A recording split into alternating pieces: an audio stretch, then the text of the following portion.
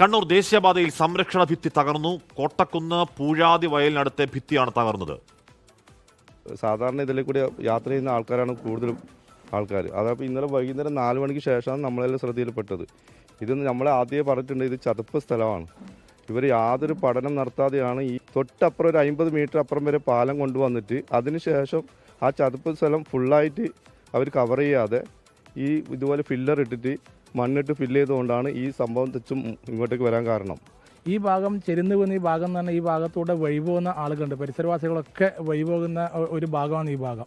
അപ്പോൾ ഈ ഭാഗത്തേക്കാണ് പിന്നെ ഇത് മറിഞ്ഞുകൊണ്ടെങ്കിൽ വലിയൊരു അപകടം തന്നെ ഉണ്ടാകാൻ വേണ്ടി സാധ്യതയുണ്ട്. അത് മാത്രമല്ല ഇതിന് തൊട്ടിപ്പുറത്തടക്കം ഇതുപോലത്തെ ബ്ലോക്ക് ആണ്.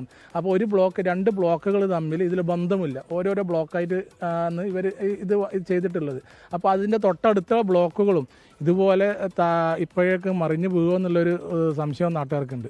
പിന്നെ പൊടിയും ഇതെല്ലാം പാറിയിട്ട് രോഗങ്ങൾ വിട്ടുപോകുന്നില്ല. പിന്നെ രാത്രിയാകുമ്പോൾ മൊത്തം കുലുക്കം, ശക്തമായ കുലുക്കാണ്. ഷഹദ് റഹ്മാൻ ചേരുന്നു. ഷഹദ്, മലപ്പുറം കൂരിയാടക്കം സമാനമായ രീതിയിൽ സംരക്ഷണ ഭിത്തി തകർച്ച, റോഡ് തകർച്ച നമ്മൾ കണ്ടതാണ്. ഇതേ കാര്യങ്ങൾ തന്നെയായിരുന്നു. പറഞ്ഞാൽ ചതുപ്പ് നിലത്തിൽ അശാസ്ത്രീയമായി മണ്ണിട്ട് നികത്തി അതിന്റെ മണ്ണിന്റെ കപ്പാസിറ്റി നോക്കാതെ കെട്ടിപ്പൊക്കി എന്നുള്ളത് അവിടെയും പ്രശ്നം, ഇവിടെയും അതേ പ്രശ്നം. ഷഹദ്,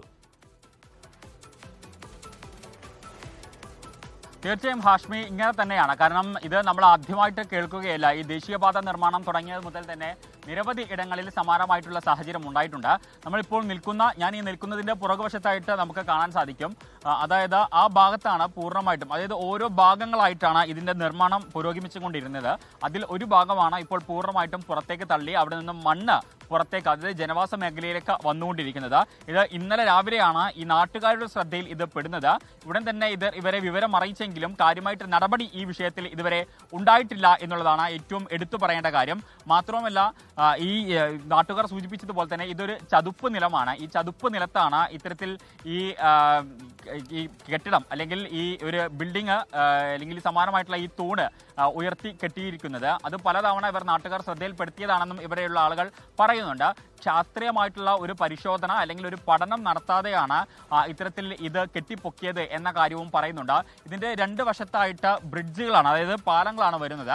ആ പാലങ്ങൾ യഥാസമയം ഇങ്ങോട്ട് നീട്ടിയാൽ ഈ പ്രശ്നത്തിന് ഒരു പരിഹാരം ഉണ്ടാകും എന്നുള്ളതും നാട്ടുകാർ ചൂണ്ടിക്കാണിക്കുന്നുണ്ട്. ഇപ്പോൾ നാട്ടുകാർ തന്നെ നമുക്കൊപ്പം ചേരുകയാണ്. ഇപ്പോൾ നിങ്ങളിത് ബന്ധപ്പെട്ട ആരെങ്കിലും അറിയിച്ചിട്ടുണ്ടായിരുന്നോ? ഇവിടെ ഡിപ്പാർട്ട്മെന്റിനെ അറിയിച്ചിട്ടുണ്ടായിരുന്നു, പിന്നെ സ്ഥലം MP എല്ലാവരും അറിയിച്ചിട്ടുണ്ടായിരുന്നു. MP ഇതിൻ്റെ ഒരു ഡിപ്പാർട്ട്മെന്റ് എല്ലാം വിളിച്ച് സംസാരിച്ചിട്ട് എല്ലാ കാര്യങ്ങളും സംസാരിക്കാമെന്ന് പറയുന്നുണ്ടായിട്ടുണ്ട്.